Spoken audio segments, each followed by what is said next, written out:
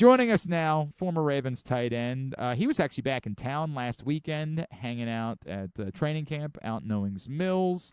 Let's get his thoughts on what we've seen so far. Always a pleasure to welcome our guy from the We Bleed Purple podcast, the great Dan Wilcox, back with us now here on GCR. Dan, it's Glenn. What's going on, man? How are you? Man, I'm great, Glenn. How are you doing today, sir? Thanks I'm for all having right, me on. brother. It's great to hear from you. I got a couple things I want to talk about with you because I'll be honest, talking to a lot of folks that have been out there, the word has been that like the tight end room has not had the best training camp on the whole, and that no one has really shined. And then we see on Saturday night Nate Hibner like not just make catches but get upfield and look like a guy who can move a little bit. What do you make of what you've seen from Hibner in particular? And given what they're missing in Isaiah Likely, where do you feel like the tight end room is at this point, a few weeks away from the start of the season? Glenn, I feel like we're solid. I feel like the tight end room is solid. I think we got a great room. I like Quavers, and I like Hibner. I think both of those guys are playing well, and I think Smythe is going to be a great addition because he's more of a Nick Boyle type. And I think he's going to be a big blocker for us. I think we're in a really good situation. You know, we still have Mark Andrews, and I think what people are kind of caught up in is they've seen Isaiah Likely be so dynamic, and you're going to give these guys a smaller grade because you've seen Isaiah Likely make so many big plays. And I think these guys are going to be great for us. They're two consistent, solid tight ends. They're both physical. They both play hard. And from what I've seen in the day I went to training camp, which was last weekend, I mean, these guys I think they're going to develop into a nice little tight end core that you're going to have between Hibner and Quavis. I think those two guys are going to be the future for this franchise. I think they'll be here for years to come. You and I talked last week. Obviously, there's no slowing down the Jacoby Lane train. He has backed up in his first preseason game everything that we had seen from him during the course of training camp. I always try to have this conversation. How do we talk about this like adults? Are you looking at someone that you believe as a rookie could be an immediately impactful, highly productive type of player? Or are you seeing someone that you say, this guy can make some catches, but let's not go crazy with how we talk about him going into his rookie season? No, I think Lane is in a really great situation. You got Zay Flowers, who's arguably one of the top 10 receivers in the league right now. Then you got Mark Andrews, who's top 5 tight ends in the league right now. Then you bring in a guy like Lane, who has the size, the catch radius, and the hand size that he has. I think the kid has a really great opportunity to do something special this year. I mean, he could possibly end up getting a Rookie of the Year award if he gets the amount of balls that we think he could possibly get this season. I don't know what a Declan Doyle offense looks like with Lamar Jackson, but I know who Lamar Jackson is. Lamar Jackson is a phenomenal quarterback, and I think he's the best quarterback in the NFL. So if this kid, if he gets in where he fits in, you never really know what could possibly happen with this kid. The sky's the limit, but you can't double him, and you can't give him too much attention because then you're going to leave Zay Flowers wide open, and you're going to leave Mark Andrews wide open. We both know Lamar loves Mark. We both know he loves Zay. So now you add a guy like this in because Bateman has struggled over the years, but even Bateman is looking a lot better too. And one of the things I was talking to Kadri Ismail, about Bateman. Like, what do you think about Bateman right now? I mean, I know he got to be a little nervous with these two young guys with Surratt and Lane coming up. And we both kind of agreed that this offense probably be that guy this year too. So, I mean, I wouldn't jump and say that Lane is going to get offensive player of the year, rookie player of the year just yet because we don't know what's going to happen throughout the season. But all it takes is one injury for him to be the start X. And then next thing you know, the lights turn on and we're off to the races. Dan Wilcox is with us here on GCR. Dan, one question. It's not related to what we saw on Saturday. What we didn't see on Saturday is we didn't see Lamar Jackson out there again. And this conversation gets louder because, we see, obviously, Joe Burrow's playing in the preseason and Josh Allen's playing in the preseason. And, as you just alluded to, there's a new offensive coordinator. We don't know what this looks like yet, and a new head coach. Is there any part of you? I know the risk, and I have always been in favor of the way the Ravens have typically handled this and said, let's not put those guys out there. But the uniqueness of this year and the new staff, is there any part of you that would like to see Lamar Jackson see the field over the course of the next couple of weeks in the preseason? Absolutely. I mean, you got to start working on rhythm of your team, and you can't get that rhythm started if you don't get these guys on the field and play strong. You know, I remember when I came out, you know, the starters didn't play very much at all the first preseason game. We had 4 games then. If I'm correct, I think they got 5 now. You know, so if you don't play the first game, to me, that doesn't mean anything. The second week, that first week when we came out, the starters would play only one series, one drive. If that drive was 3 and out, then they was done for the day. Yeah. You know, so if they drove down the field with 15 plays, that's what you would want to see if you're the OC or the head coach, that they drove down the field 15 plays and got a touchdown. And that's what you wanted. That would be the perfect situation. But that don't happen all the time. If you get a 3 and out, you're done for the rest of the day. That second week, when the second game came up, then you would play probably 2 or 3 series. And then you're sitting down the rest of the game. And then that third week, you will probably play the first half, and that's it.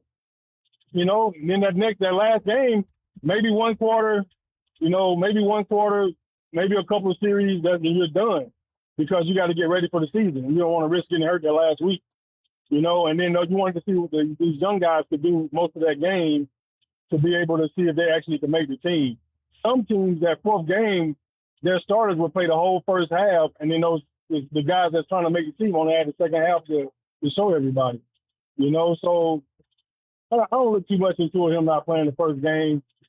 I saw the hit that Jackson Dart took. Oh yeah. Off the edge, and it's like, why would you want to put your starting quarterback in that situation? To be fair, Jackson Dart, I think, is actually looking for those types of hits. He's a psychopath. He wasn't looking for him in that play, then. Yeah, there's something wrong with him. I've seen him look for home too. Man, I agree. But he wasn't looking in that play. There's no doubt, man. I don't know what's wrong with that cat, and John Harbaugh's going to have to figure that out, because he is a weird dude. Dan, what else stood out to you on Saturday night? Like, what else did caught your eye between the time you spent up here? What else is intriguing about this group to you? It's kind of hard to really tell because we only had one game, but Glenn, the play calling on both sides of the ball was impeccable. You know, and it was a smooth game offensively. We mixed things up. We caught them off guard on blitzes, on defense, you know, the alignment, the way we moved around. The guys, the energy was different. The sideline energy, I think, more than anything, stood out to me the most. Like, seeing how happy the veteran players were for the young guys that was there, that was trying to make the team and playing. The energy just looked totally different. Everybody looked so relaxed, so happy, just enthused to be a Baltimore Raven. And the energy was high all game on the sideline as these players came off the field. I love seeing that, man. Like, there's nothing more than feeling like these are the guys that you idolize and looked up to your entire life, the Calais Campbells, the Lamar Jacksons. Like, Lamar Jackson is going into year 9 now. Most of these kids that are coming out this year was in middle school and high school when they started watching Lamar play NFL football. You know, so to see these guys come off the sideline and these guys hug them and laugh and joke, and they talking and they explaining what just happened and how excited they were for that play. Those moments, man, you always remember those moments. They feel good inside. It made me feel good to see those guys get the type of reception they got, play in and play out. Dan, the concerns, I think, for Ravens fans coming out of the first preseason game were the special teams departments. Not a great punt from Ryan Eckley. And, yes, as you point out, obviously the Tyler Loop conversation. And I think you remember from last year, I've been tough on Tyler Loop, and it's not because I'm trying to predict the future. Maybe Tyler Loop is going to prove to be a really good NFL kicker, but as I said, the Ravens, judging him on the curve of him being a rookie, the Ravens didn't have to have a rookie kicker. There's not like a rule that says you can only have rookie kickers. I'm torn on this because one missed kick in the preseason does not mean a guy's going to have a terrible year. But if you combine that with missing the clutch kick when the season is on the line and only making one 50-yard kick a year ago and struggling in the kickoff game, I've got a lot of questions about Tyler Loop, and I am terribly confused as to why the Ravens a year ago didn't have stronger competition for him, and this offseason had no competition for him. What do you make of it? Am I too panicked about this? How do we talk about Tyler Loop?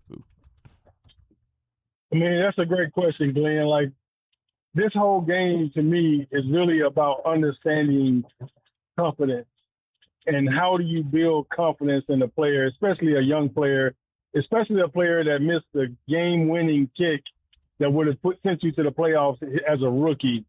And then, hell, I thought the kid was going to be on suicide watch last year. I was worried about him. You know, so the fans are hard when you miss things like that, when you cost them a playoff appearance and a playoff burst. I mean, your teammates, you know, you get some teammates that'll tell you how it is too. You know, so this is something that kid will never forget. You know, it's always going to be in the back of his mind. The first kick that he missed, I mean, you kind of almost had to feel that he had to kind of get that shit out of the way. He needed to get it out of the way. Go ahead and miss the first one, do whatever you're going to do, make it, hit it, whatever, but get it out of the way. The nerves was probably through the roof because the last time he was in a game situation, he stopped us from going to the playoffs. So the amount of nerves he had to have for that first kick, he needed to settle down. And I think he did. You know, he missed. He hit the next one he came up, and hopefully it'll start off a good trend for him. Where, all right, I can do this again. You know, and he's okay. The kid was a solid kicker in college. That's why we went and got him. I think if you really take your time and just really focus on this kid getting better, then it's a very high possibility that he could be the next Justin Tucker. Are you? If you don't focus on him. Yeah. Go ahead. Go ahead. Is there any part of you that says, even if it's to your point, the sake of trying to push him, is there any part of you that says maybe you bring in an NFL veteran this week and try to create more of a competition in camp? Every part of me says that. Okay. Like, why does he get special treatment in his position and none of us get special treatment in ours? If I sucked him, I'm dropping balls just like Bateman's situation. Bateman didn't have a great year last year. You brought in two receivers to push him. You know, then you brought in Chris Moore. You brought Chris Moore back too. So it's like, I mean, if you're not pushing your players, how do you expect them to get better? You know, competition is everything, and the whole thing should be set up around competition. So I'm not opposed to them not bringing a veteran kicker. I would have probably brought 2 or 3 in by now and let this kid know, like, bro, you either gonna be all the way in, just go beat him, or we gonna get you right. Or we gonna get you all the way out. Go beat him. Go win the job, right? Like, it's not we're not forcing you out. It's just, you know, we want to get the best out of you, and right now the pressure seems to be an issue. So maybe this will help in creating a little bit of pressure. And, you know, like, pressure makes diamonds, right? Like, maybe that's the best thing that can come from this. It's not even me. I'm not suggesting they should release Tyler Loop. I just think that they need to try to get more from him, or at least think about what they might need to do if it doesn't get better. Yeah. Pressure also busts fights. That's true. So. That's true. Damn, I don't have the right answer. I just, right. I don't know, man. It is tough for me. All right. I say don't baby the kid. Throw him in the fire and see what happens. And don't baby him. You know, he got drafted for a reason. If you who we think if you are who we think you are, go show us. Go prove it to us. You know what I'm saying? Like, what you don't want to happen is the kid loses all his confidence because you set him down when he made a mistake. And you don't trust him just because he made one mistake. Yeah. And now you kill his confidence, and then he go out there and he tanks it, and then goes to another team and they build his confidence, and he becomes Justin Tucker for them. That's what you don't want. Dan, you want to remind everybody about the podcast? Absolutely. Thanks, Dan. I appreciate it, man. Myself, Matt Trigger, my co-host, We Bleed Purple podcast, and it's on YouTube. Please go like, follow, subscribe. Turn your notifications on. Check us out. We will be covering all things Ravens, you know, week in and week out during this entire season. We'd love to have you guys. Glenn, thank you so much for having me on always, man. You do a phenomenal job with your show. Always love you, brother. You know, we'll be checking in the coming weeks. Thank you for taking the time for us, man. Let's talk soon, all right? Anytime. Thanks, bro. The great Dan Wilcox with us here on GCR.